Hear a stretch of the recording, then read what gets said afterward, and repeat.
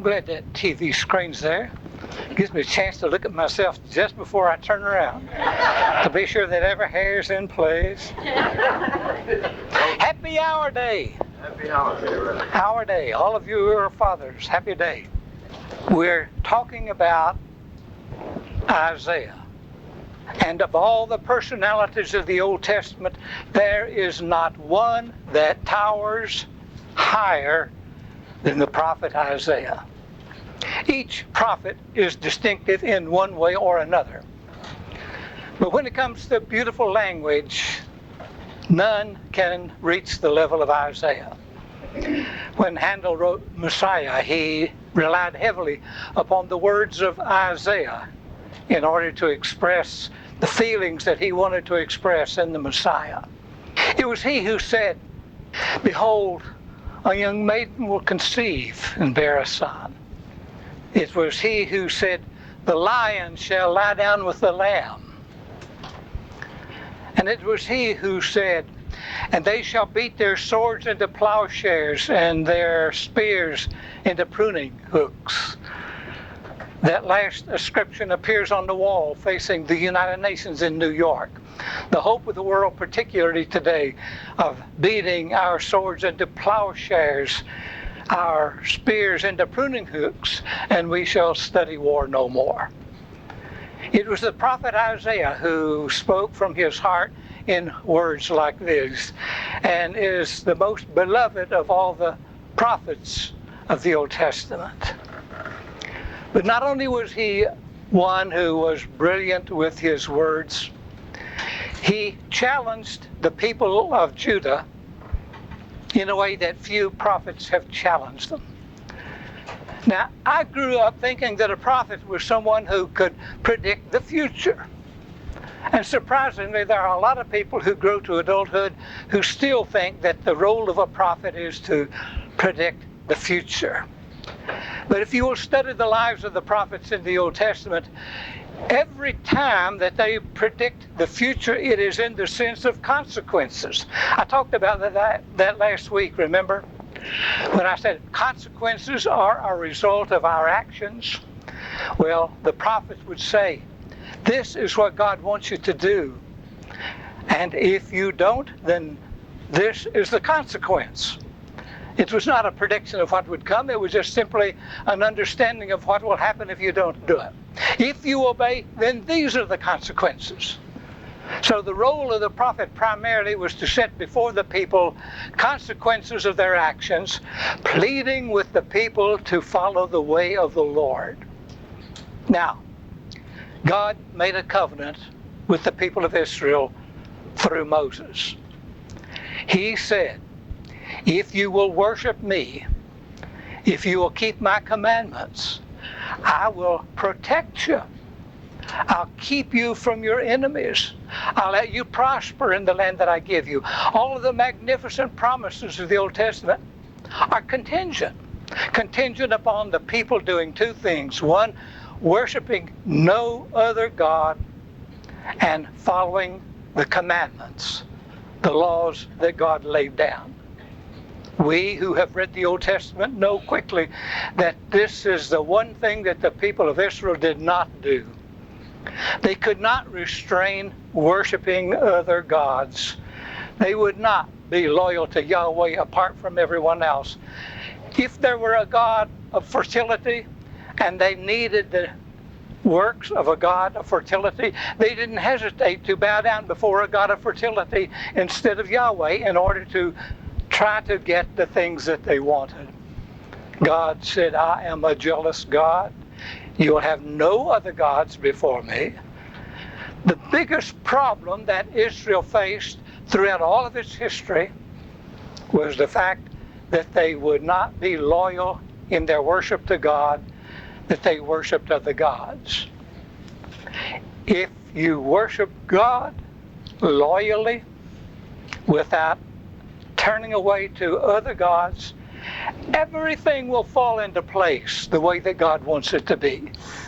The world would be the way God envisioned at Eden if everyone followed the laws that He laid down and worshiped Him apart from all other gods.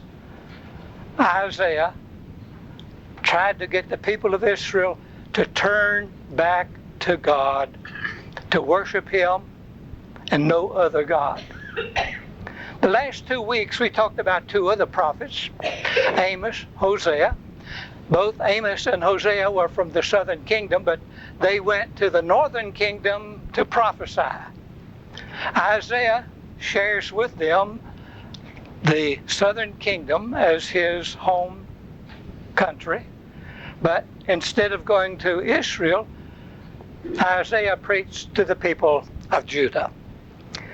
Interestingly, he took Amos and Hosea and plagiarized, because he said to the people of Judah just what Amos and Hosea had tried to say to the people of the northern kingdom.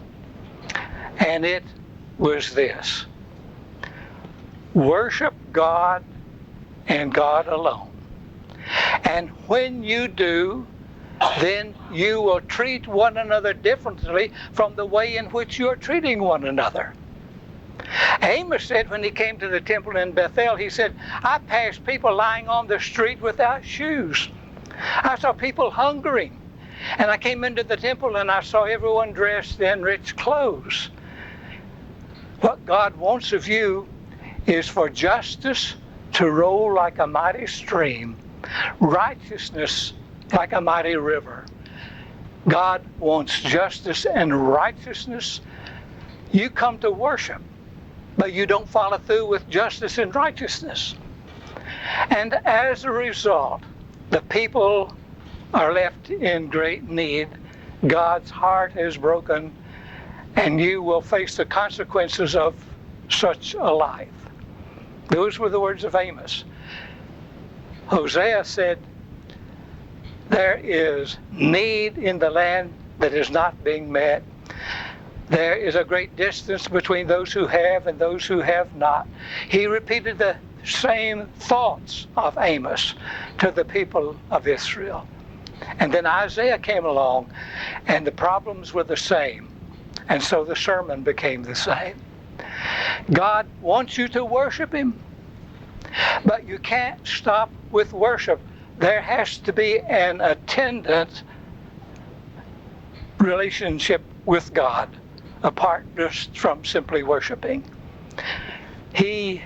Isaiah, was more strongly affected by this than the other two, in which he said that they were hypocrites because they were professing one thing.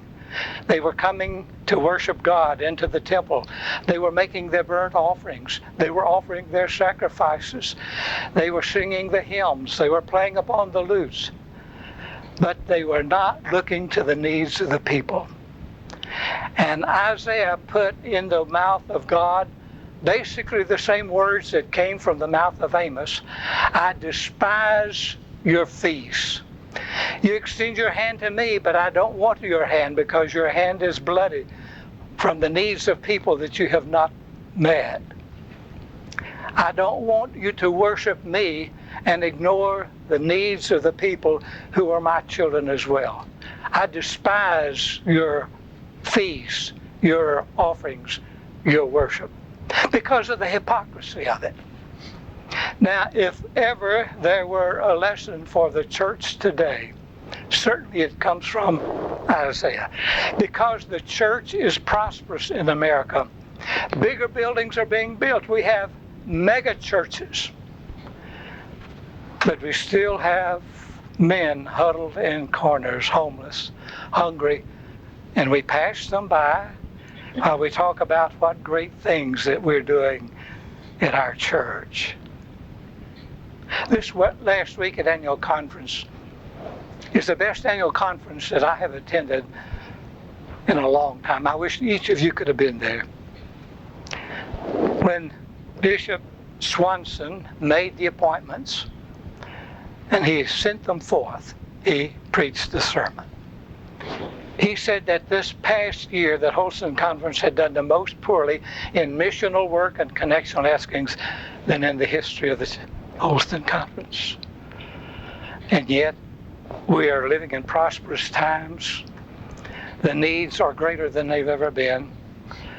And he said, I take full responsibility because it's on my watch. And then he preached the sermon.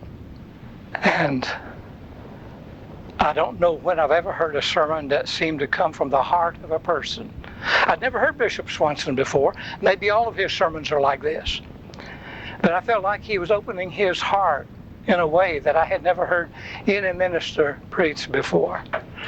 And waves of applause just covered the auditorium repeatedly, just every minute or two, and then everyone applauded. When the sermon was over, I went up on the stage and I said, Bishop Swanson, I wish I could have heard that sermon 50 years ago. You said everything that I needed to hear. You are on the verge of making this into a great conference. I said, you heard the waves of applause as you preached, but you didn't hear my applause because I was weeping on the inside. I said, I was under conviction. I wanted an appointment so badly so that I could respond to what he was saying. Boy, you're in for it here, aren't you?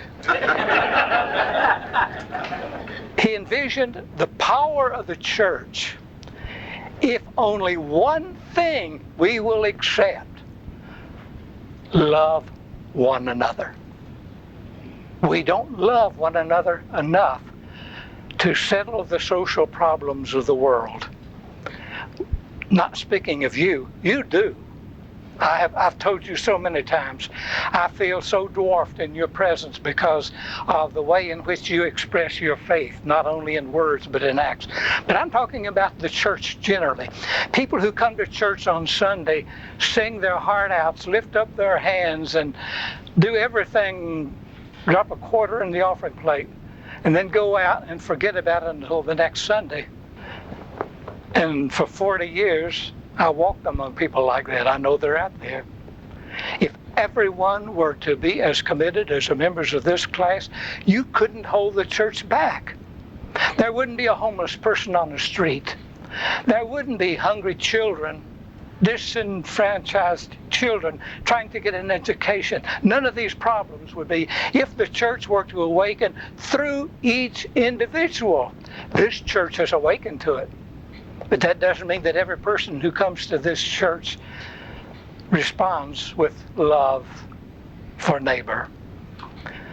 Isaiah said to the people of Jerusalem, you must love your neighbor if you are to serve God. Because at the heart of all that God wants is that everyone be to one another as he is to us. We've always said love is the greatest thing in the world. Isaiah appeared on the scene at one of the most significant times in the history of the Hebrew people. The two kingdoms were divided into the northern and the southern kingdom. And they were fighting each other. There's no battle quite like a battle between cousins or a battle between brothers. And they were just constantly at one another's throat. And while they were doing that, Assyria was getting stronger and stronger. The northern kingdom decided if we don't do something, Assyria is going to overwhelm us. So Israel went to Syria and said, let's bring our armies together and attack Assyria before they can attack us. And I think we can do it if we can get Judah to do it as well. So they came to Judah, and Ahaz, who was king of Judah, said no, that he was not going to have a preemptive war against Assyria. And they, feeling that they wouldn't be able to do it without Judah, became angry, so they attacked Judah. Judah, knowing that they would be overwhelmed by Israel and Syria, went to Assyria and said, will you come and help us? And Assyria gladly came to help Judah because it gave them an opportunity then to attack Israel, which they did. And the northern kingdom fell to Assyria. Judah was spared being whipped by their cousin to the north, Israel. But in doing so, they became indentured to Assyria. So Assyria siphoned off all of their wealth as tribute, because now they had become beholden to Assyria for protecting them from Israel. And so it was. Isaiah said, do not make an alliance with another nation. You cannot protect yourselves against your enemies. Only God can do that. Turn to God. Recommit yourselves to God. Keep His law, and He will protect you from your enemies. You won't have to raise anything in strife. But the people had more confidence in themselves than they did in God. So Hezekiah, who was the next king following Ahaz, decided that he wanted to be rid of Assyria, who now was draining off all their wealth. So he went to the Pharaoh in Egypt and said, will you help us defeat Assyria?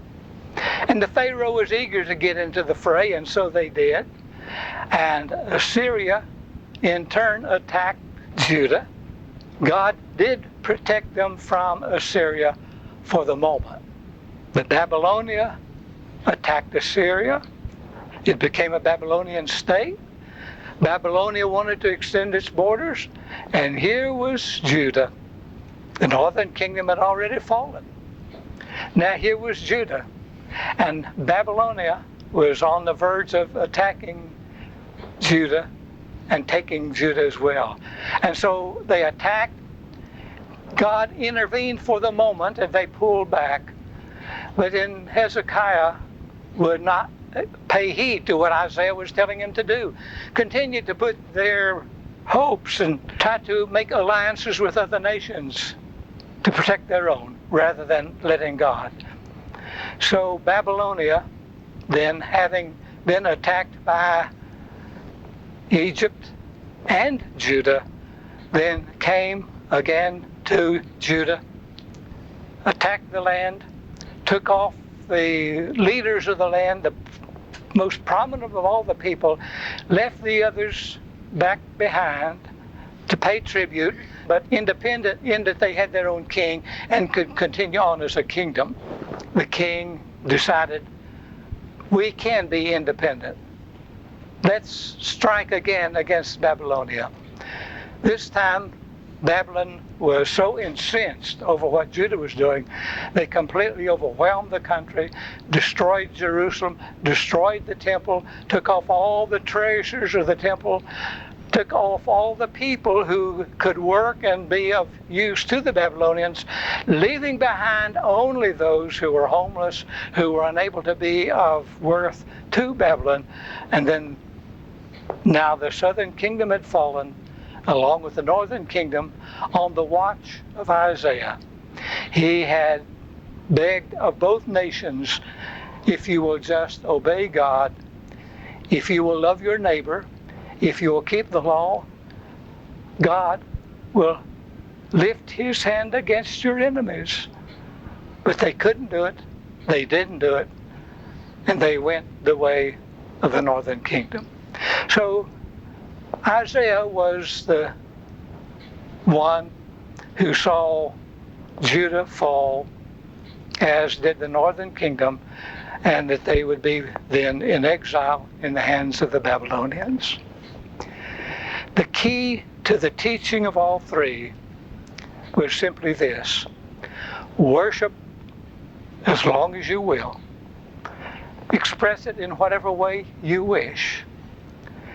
Make whatever offerings you want to offer to God. But if you do not have love for your neighbor, if you do not exert righteousness and justice, then none of the other counts for anything. Occasionally you will hear, and I had heard many times, I go to church every Sunday. I give to the church. I'm better than most other people. As though this were enough to make God accept them. It is obeying God, worshiping God, and serving God with your neighbor that brings us into a relationship with God, in which He is pleased with each of us. We had 3 great sermons last week at annual conference. Every one played upon the same strings. The church is the most powerful force in the world, but we're not yet holding the reins that would allow us to do what God wants us to do, because too much is an outward show, too little in an inward power. Isaiah, the greatest, the most eloquent of all the prophets, wept with Israel as she died. There's a lesson in that for us. Any comments or questions on today's lesson?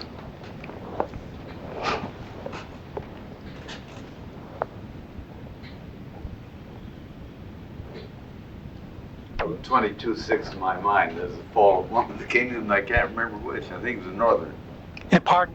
722. 722 was the northern kingdom. And what was the southern then? And the southern then was 657. Oh yeah, okay. And Isaiah lived.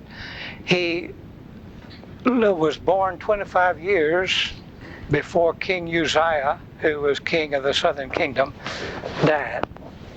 And then on the death of King Uzziah, as a young man of 25, the book of Isaiah begins. In the year that King Uzziah died, I saw the Lord high and lifted up, sitting upon a throne, and His train filled the temple, and the smoke filled the temple, and the coals burned on the altar. And I said, woe is me, for I am a sinner, living among people with unclean lips. I'm a man of unclean lips, living among people with unclean lips. And the cherubim picked up a coal off the altar and came and placed it upon my lips. And then a voice said, who can I send? Who will I go for me? And one of the most significant words spoken in the entire Bible was spoken by Isaiah when he said, here am I, send me.